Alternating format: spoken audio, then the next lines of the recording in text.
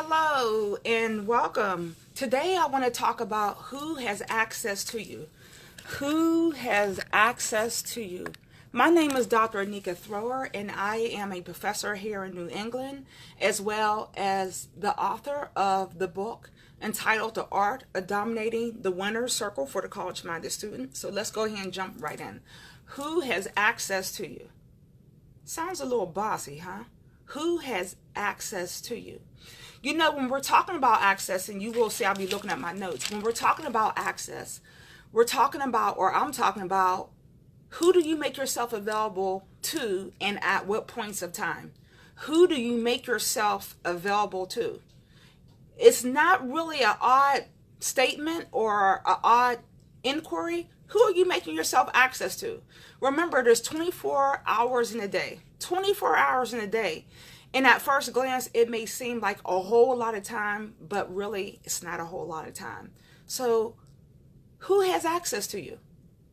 In one of my previous videos, I talked about the fact that everyone has hours of operation, whether they believe it or not. And when I say hours of operation on a more personal level, I'm talking about the hours in which you are fresh, the hours in which you are in school, and or the hours in which you are perfecting your craft.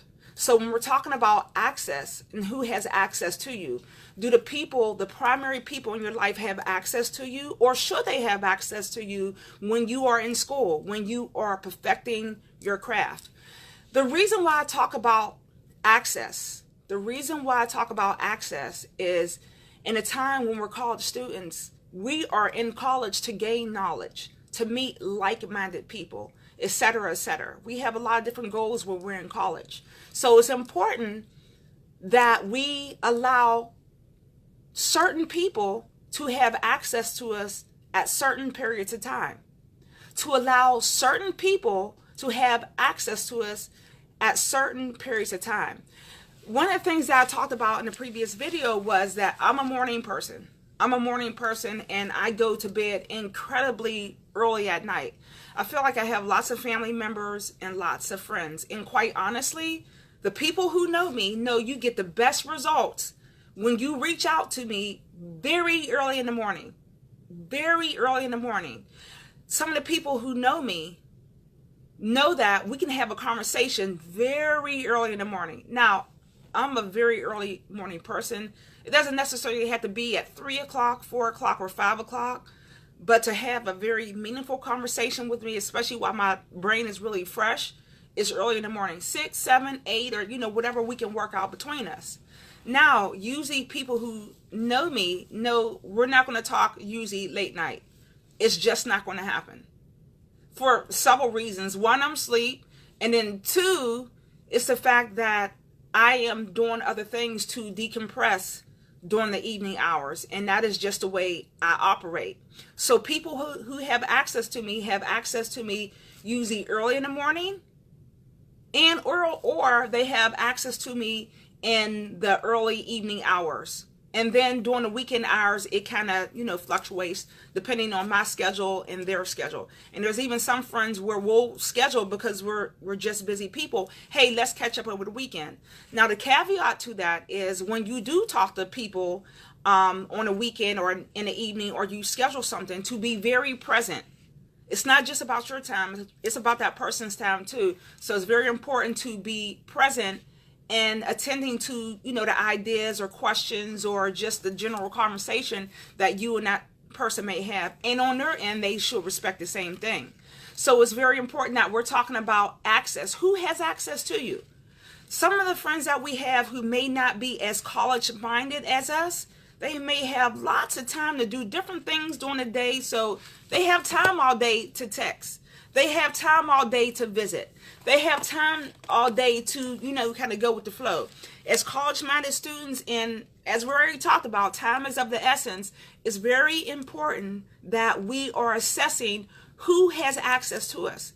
Because the thing is, the people who have access to us, who are like-minded, who are quote-unquote grinding or doing what it takes to build their knowledge, to build their net work of folks in college or whatever the case is, you will find they too they don't have a whole lot of time to be willy-nilly about their time.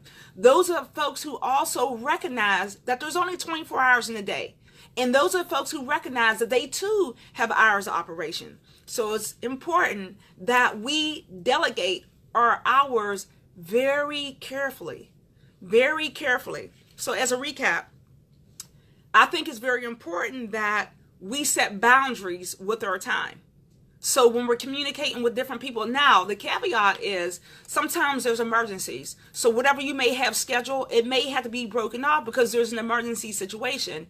And by no means am I implying that we should not make ourselves available to people to where there's an emergency situation or there is a serious expressed need. So we definitely, as friends, as family members, as people of the human race, we definitely want to make sure we're available. But by the same token, we want to indicate our boundaries to different people.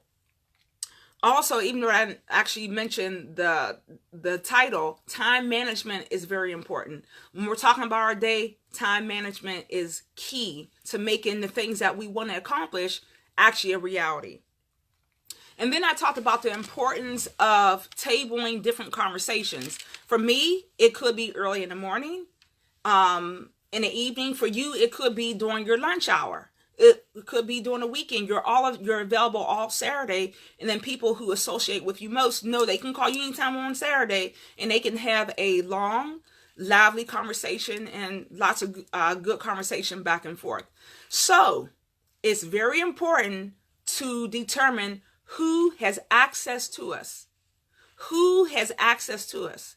Think about it. When we have a job, a lot of times jobs are, we're getting paid by the hour. It could be $15 an hour. It could be minimum wage. It could be whatever the case is.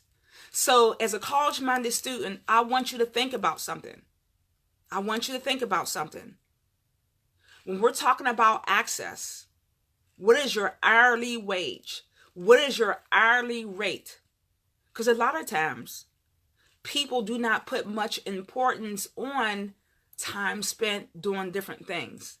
Time is a commodity. Time management is key when we're talking about being a college-minded student.